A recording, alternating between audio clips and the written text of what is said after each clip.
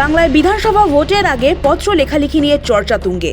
প্রধানমন্ত্রী নরেন্দ্র মোদীর খোলা চিঠির পাল্টা কটাক্ষ পত্র দিল তৃণমূল। বাংলার মানুষের কাছে অকপট স্বীকারোক্তি। মোদীর এই খোলা চিঠিকে কটাক্ষ করে পোস্ট করল তৃণমূল। দুদিন আগেই ভোট চাইতে বাংলার ঘরে ঘরে চিঠি পাঠিয়েছেন প্রধানমন্ত্রী নরেন্দ্র মোদী। মা কালীকে স্মরণ করে মোদীর সেই চিঠিতে দুর্নীতি, অপশাসনের কথা উল্লেখ করে বিকশিত পশ্চিমবঙ্গ গড়ার ডাক দিয়েছেন তিনি। দীর্ঘ চিঠিতে কেন্দ্র জনধন যোজনা, স্বচ্ছ ভারত অভিযান, অটল পেনশন যোজনা, উজ্জ্বলা যোজনার মতো প্রকল্প নিয়ে কার্যত বিজ্ঞাপন করেছেন। প্রধানমন্ত্রী বারে বারে বলেছেন দুটো কথা, যে বিকশিত ভারত তখনই সম্পূর্ণ হবে 2047-এ, যখন বিকশিত বাংলা হবে। পশ্চিমবঙ্গকে বাদ দিয়ে বিকশিত ভারত হতে পারে না।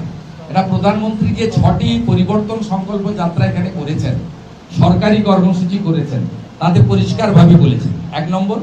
দ্বিতীয় নম্বর হচ্ছে, মাননীয় প্রধানমন্ত্রী বলেছেন যে ভারতীয় জনতা পার্টির আদর্শিক নেতা এবং ভিত্তি স্থাপন করেছিলেন ডক্টর শ্যামাপ্রসাদ মুখার্জি, একজন আদর্শ বাঙালি, ট্রু একজন রাষ্ট্রবাদী, যার জন্যই আজকে কাশ্মীর ভারতের অবিচ্ছেদ্য অঙ্গ। বিধানসভা নির্বাচনে পশ্চিমবাংলার লোকেরাই লড়বে, পশ্চিমবাংলার লোকেরাই জিতবে, তারাই বিধানসভা গঠন করবে, মন্ত্রিসভা গঠন করবে, তারাই সরকার চালাবে।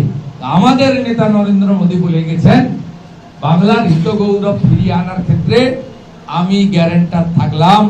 অন রেকর্ড হাজার হাজার মানুষকে সাক্ষী রেখে, আপনাদেরকে সাক্ষী রেখে বলে গেছেন।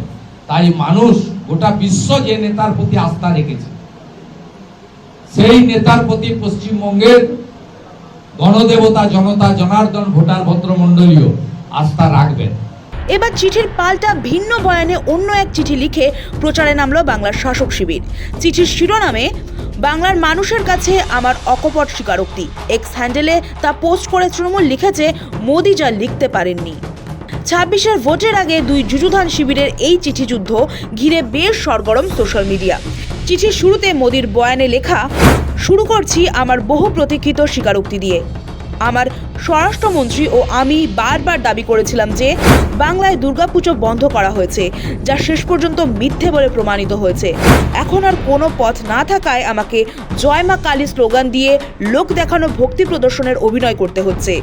চিঠির ধাপে ধাপে এমন অনেক কিছুই রয়েছে যা বাংলার ক্ষেত্রে বাস্তব, অথচ সেসব কখনো মোদী সরকার স্বীকার করেন না। বাংলাকে কেন্দ্রীয় বঞ্চনা নিয়ে তৃণমূলের বয়ানে মোদীর লেখা, বাংলার উন্নয়নের সঙ্গে তাল রাখতে না পেরে ইচ্ছাকৃতভাবে রাজ্যের প্রাপ্য প্রায় 2 লক্ষ কোটি টাকার তহবিল আটকে দেওয়া হয়েছে।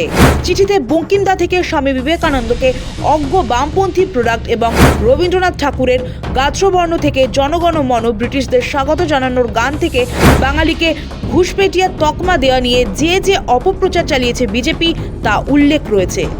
এসব কথাই আসলে মোদীর বলার ছিল, কিন্তু বলতে পারেননি বলে দাবি তৃণমূলের।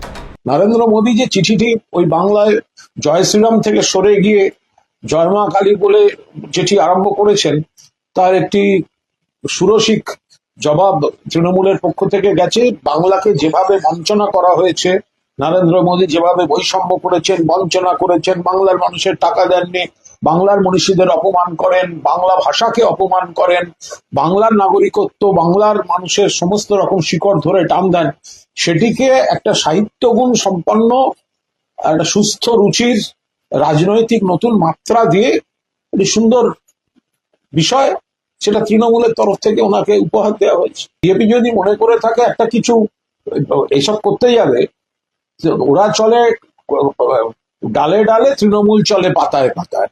মোদীর পাল্টা তৃণমূলের এই চিঠি দেখে অনেকেই মনে করছেন, আসলে বাংলার প্রতি কেন্দ্রের ক্রমশ বঞ্চনা, উদাসীনতা এবং অপমানের পর ভোটের মুখে বঙ্গবাসীর মন পেতে খোদ প্রধানমন্ত্রীর চিঠি যে নিছকই নির্বাচনী অঙ্ক, তা বুঝতে বাকি নেই। গত বেশ কয়েকটি নির্বাচনে বাংলায় মোটেও ভালো ফল করতে পারেনি বিজেপি, তাই আসন্ন বিধানসভা নির্বাচন বিজেপির কাছে বড় চ্যালেঞ্জ। তবে তাতেও আশানুরূপ ফল হবে কিনা তা নিয়ে নাকি দলের অন্দরেই যথেষ্ট দ্বিধাদ্বন্দ্ব রয়েছে। এসবের মাঝেই যেন বিস্ফোরণের মতো কাজ করছে এসআইআর। এই ভোটার তালিকার সংশোধন যেন বঙ্গ বিজেপির কাছে বুমেরাং হয়ে গিয়েছে। তাই সিএ এর মাধ্যমে সেই হারানো জমি ফেরানোর চেষ্টায় মরিয়া হয়ে গিয়েছে পদ্ম শিবির। সব ক্ষতে প্রলেপ দিতে বারবার মোদি সাদের বঙ্গ সফর কিংবা এই চিঠিতে কতটা কাজ হবে তা নিয়ে প্রশ্ন থাকছেই। আর এই পরিস্থিতিতেই বিজেপির পাল্টা প্রচারে যথার্থভাবেই তৃণমূল লিখে ফেলেছে আরেকটি চিঠি, প্রধানমন্ত্রীর স্বীকারোক্তি সম্বলিত। সৌভিক সান্যালের রিপোর্ট।